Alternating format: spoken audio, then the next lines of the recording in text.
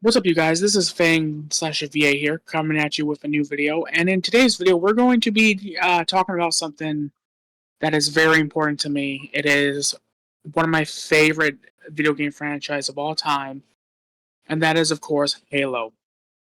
I figured now is the perfect time to make a video like this, not only because of the fact that we're going to be getting the Halo 1 remake, but also because there's a lot of discussion surrounding it. Um, Especially with a lot of possible things that we could potentially get if this game is successful. So sit down, buckle up, and get yourself a snack, and let's get started. So my issue with Halo, I figure this is a perfect place to start, is pretty straightforward. My first introduction to Halo was actually through my grandfather on my mom's side of the family. I believe I mentioned this in other videos, but my family can be considered as a video game family. There's more of us that plays it than don't. Um,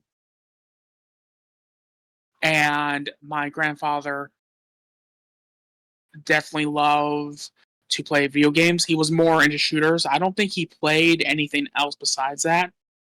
But yeah, my first introduction to Halo was through my grandfather because I remember watching him play online, and he would I would watch him for a little bit, and he would explain to me about certain things.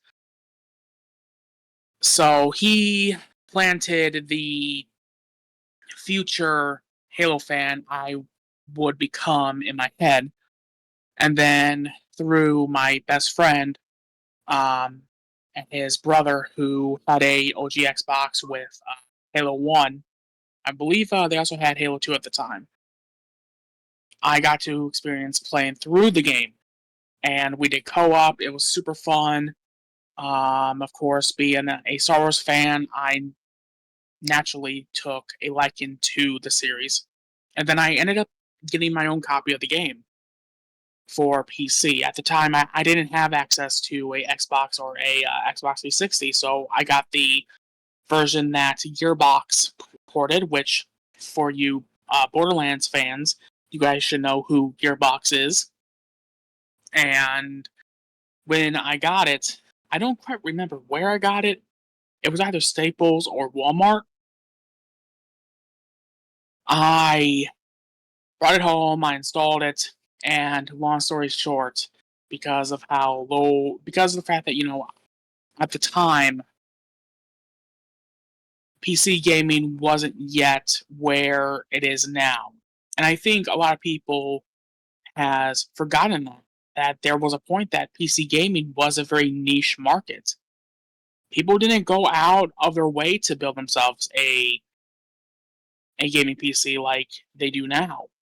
Back then, it was a bit more of a niche hobby.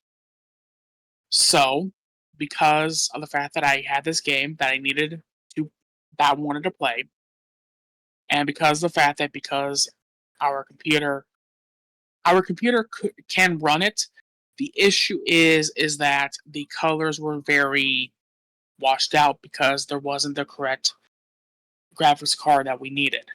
So eventually, I had my first custom built PC, which in my family, I was one of the very first. I could have been the third person to have gotten a custom built PC for gaming. And with that PC, I got to experience Halo for the first time.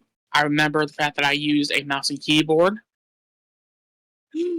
which some people might be shocked by that, but Halo isn't like Call of Duty or a lot of more modern games are to where there's so much controls you have to do.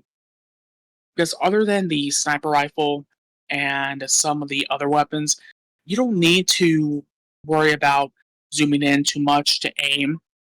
And even then, it was super intuitive.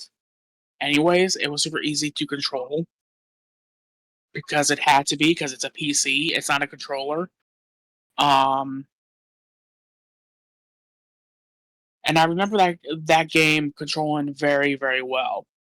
Um, I beat it, and then of course I got Xbox, and then of course I got Halo 2 when I got my 360, and then I ended up getting Halo 3, and yeah, I pretty much played all the mainline first-person shooter Halo games. I'm actually starting to play Halo Wars on my Xbox One Series X, and I'm definitely going to be playing Halo Wars after that. I'm currently playing through heroic difficulty on all the Halo games, and then with my editor slash girlfriend, Music Rivendell, we're going to be doing a legendary run, and I think that's going to be one to where we're both going to be streaming it. So look forward to that. I'll be streaming it on my Twitch. I'm sure that she will be streaming hers on her Twitch. So I will definitely announce when we do that. Um, but yeah, I love Halo very much, even through the highs and lows, and a lot of that has to do with the fact that with my grandfather not being here anymore, I do feel like I'm still playing the games, not just for myself, but for him as well. And I'm not, you know, I'm definitely not one of those people that are like that is blindly supporting a franchise. I definitely do criticize Halo when I need to, especially when I got kind of tired of seeing the design changes that 343 put in, starting with Halo 4. Now, Chief's design I didn't mind so much, but I'll get more into that once we start talking about what the main topic of this video is, which actually I think this would be a perfect segue. So, Halo 1 CE Combat Evolved is a very important game to me. It is not just a it is not just a important game to me, but it's a very important game to everyone else and the video game industry because it shows that first person shooters do have a place on consoles. They're not a niche PC thing. Now, some people, again, might have an issue with me calling PC gaming niche, but I'm viewing it from the lens of someone that was around the early 2000s to mid 2000s. Is that PC gaming was not like how it is today. I don't know how clear I have to make that. And it was a very niche hobby for a lot of people. A lot of people mainly gamed on consoles. And so that game was my first person shooter I ever played. It was my first PC game I ever played basically, even though that, obviously Halo is more thought of a Xbox game than a PC game. But my first experience of it was on the PC, as I explained. So the idea that we would eventually get a remake was never really on my mind because I was content just playing it on the MCC with the Combat Evolve Anniversary, which I also first got when it first came out on the 360, which nowadays it is a bit, there are mixed opinions on it. I think there's one thing that everyone can agree with is that there's a lot of the art assets that they used that just didn't fit a lot of the levels. A lot of the levels' atmosphere was ruined because of them switching assets. One of them being 343 Guilty Spark, the first introduction to the Flood, which ironically enough, I just beat that on my heroic playthrough, and I switched to the remaster graphics for like a split second. And yeah, you definitely got to play with the OG Xbox graphics, at least on the Flood levels, at least, because they're definitely more scary with that sort of dark ambiance and the limited lighting. And playing it with the OG graphics again, I definitely got that same feeling I got when I first played it, which was actually terror. Because when you're playing through Halo 1 CE, you're shooting Covenant, And for majority of the game, that's what you're doing. So the fact that Bungie does that bait and switch and then introduce a third faction was super cool. Scary, but it was cool. And the Flood went on to become this very important race in the Halo lore. There are conflicts with the Forerunners. There are conflicts with modern humanity and the modern Covenant. To quote Hidden Xperia, they are very iconic. So when the Halo when the when Halo campaign evolved was announced, at first I was super excited. It's like, holy crap, we're getting a Halo 1 remake that's going to be 4K with newly created models, and the fact that it's going to be on everything except for, of course, the Switch 2, although I'm sure that the Switch 2 can run it. Um,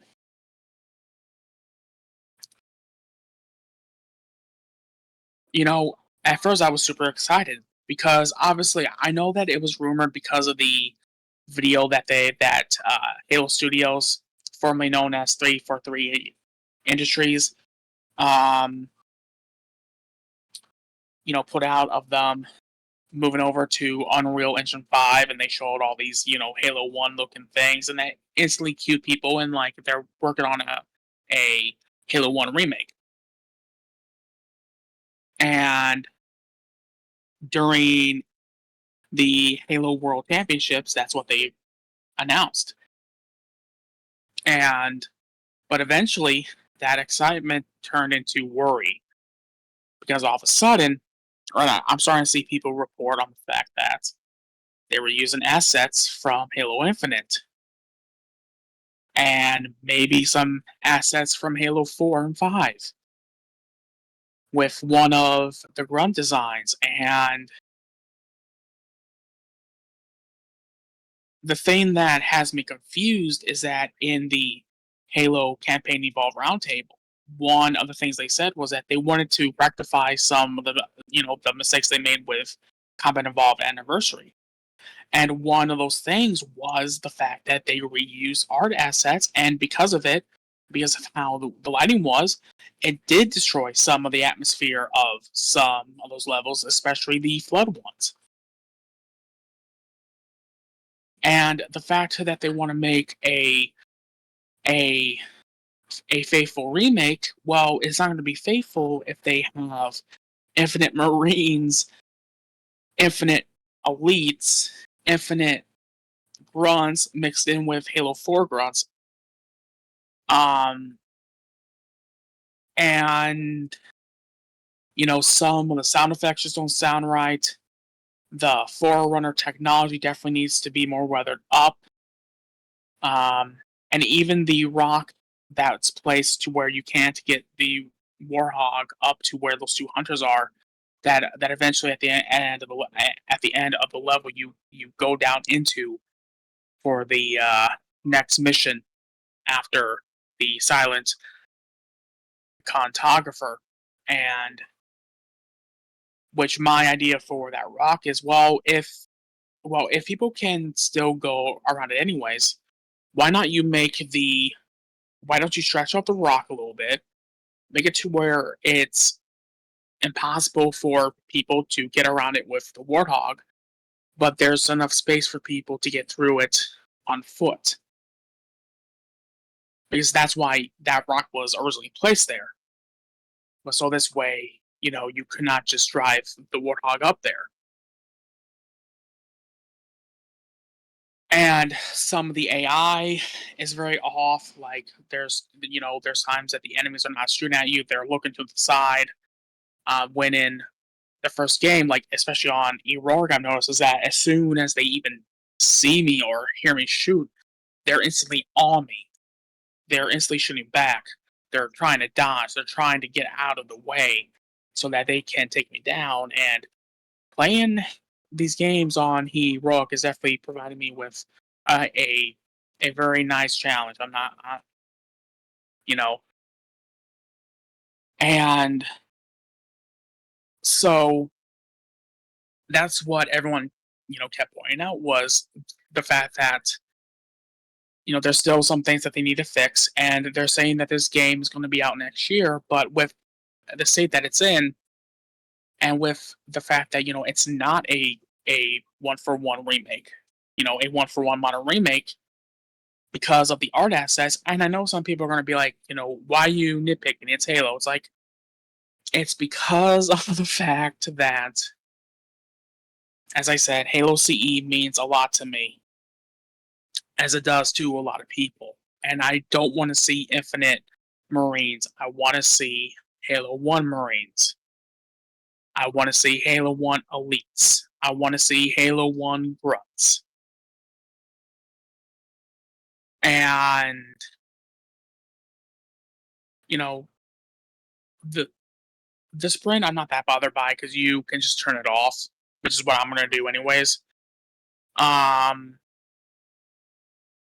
and the whole hand me down sight thing from Halo 5 and Infinite is definitely a very interesting add on. Um so naturally, right, who is this game made for? Well, it's made for newer Halo fans. It's made for the people that never was able to play a Halo game, either because they have been on PlayStation all this time, or that there's it's someone younger than all of us that are going to be experiencing Halo for the first time. So that's why they're adding sprint, because a lot of games have sprint. Now, the fact of the matter is that in my opinion, even though that I understand allegedly that Bungie was going to have sprint in their early Halo titles, the fact of the matter is that's what gave Halo its identity, was that it didn't have sprint. When Halo was starting to try to compete with Call of Duty and Battlefield, that's when Halo pretty much lost its identity. It just became a generic shooter at that point. And 343 never didn't help matters because they were trying to find, their plays and trying to find what works for them. And the problem is that they kept changing it up a little too much. Now, in my opinion, I do think that Halo Infinite was definitely gameplay wise, in my opinion, it felt more fun playing Infinite than playing definitely playing Halo 4. And with Halo 5, that was too close to playing Call of Duty than playing a Halo game. That makes sense. And so, that's why they're making this Halo 1 remake. It's to cater to PlayStation gamers and, newer fans. And I'm all for that. So they have a tough job of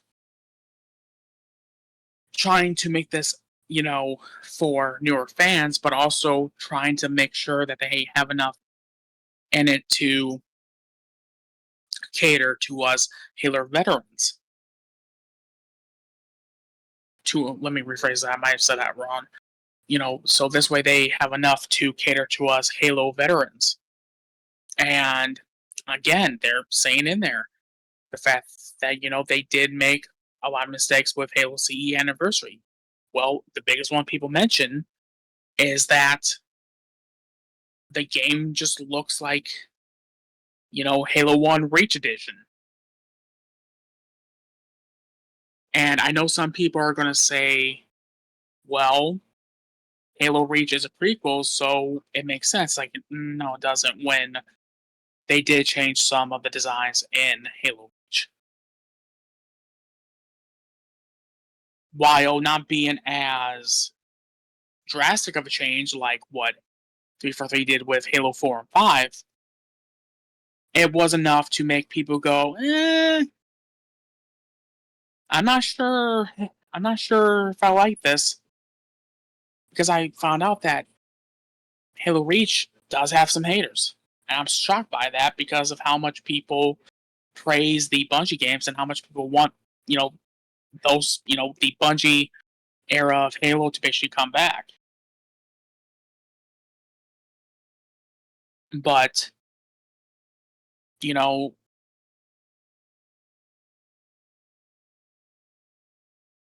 and the thing is, right, is that they only have till next year to fully change everything. And I don't know if they're going to. I hope they do. Apparently, they said that they're reviewing all the, you know, they are reviewing the art assets every day. And it's like, well, I would imagine creating new models for the Marines, or at least altering them to make them look more like Halo One Marines, shouldn't be hard, right? Um, One other thing that they need to get rid of is get rid of those hit markers, and definitely need to get rid of the fact that you can easily identify the camouflage elites, because that's what made the camouflage marines elites so interesting. Is that there's times you don't expect to see them. Like Jeremiah, he wrote during my current playthrough. There's been times I've completely walked past one and they shot at me. And I turn around and I see them standing right there because they moved. I think what it is, I want a lot of the newer Halo. I want a lot of the new fans that are going to be coming into the Halo fan base to basically experience what we did, just with a more polished, modern lens. But what I am excited for is the new missions that deals with both Johnson and Chief. Like pre-Reach, pre-Halo 1, and the fact that they're adding 6 new weapons, and the fact that one of them is when you are dealing with a Sword Elite, once he drops the Sword Elite, you can pick it up and use it. The fact that you can now drive the Wraith. Those are cool things that, yes, I'm glad that they're changing, and I'm glad that they're going to be changing up the library, because there's times that I got lost during that level. Um, and one other thing that's cool is that they showed this concept art of the Warthog run, and in the version that we all played on Halo One, is that there was a bridge that connected the two halves of the ship, which obviously didn't make sense. So, by the way, it looks like they're taking inspiration from Bungie's concept art, and they're going to have it to where you're going to jump, which I find that super cool. And if they do this remake right, this could be as close to Bungie's version that they originally wanted. But they got to keep in mind is that a lot of the Halo veterans are going to be looking at every new footage, every new interview, any new screenshot with a fine tooth comb. Because it's not because we're being picky. It's not because we're being, you know, hard to please. It's that we want this remake to be the best it can be. And right now, it's 50% Halo 1, although some might give it a less percentage, but I'm being fair here. Um, and, it's 50% other games' assets. And another thing, too, is that why can't we go out into the water on the silent cartographer like we can in the original? Why is the freaking assault rifle, instead of 60 rounds, 32 rounds, when the assault rifle that we use in Halo 1 Lore Rise it has a 60 round mag?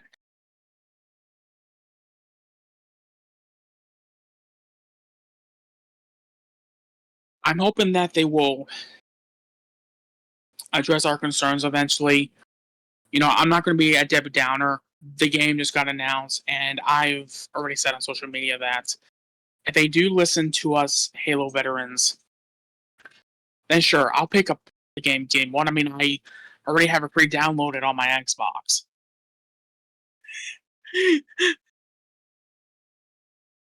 Because apparently you're now able to pre-download it. Um, and I have every intention on picking up the game on PlayStation to support them. Because if this game is successful and it meets everyone's desires and expectations, then we'll get a Halo 2 and 3 remake. Which, if I see a freaking Halo 5 style Arbiter that you play as, I'm not going to be too happy. But I doubt they'll do that. They've basically moved away from the Halo 4 and 5 style elites, and I'm glad for it.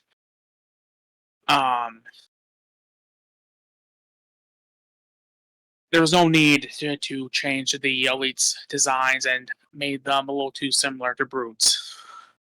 There was no need for that.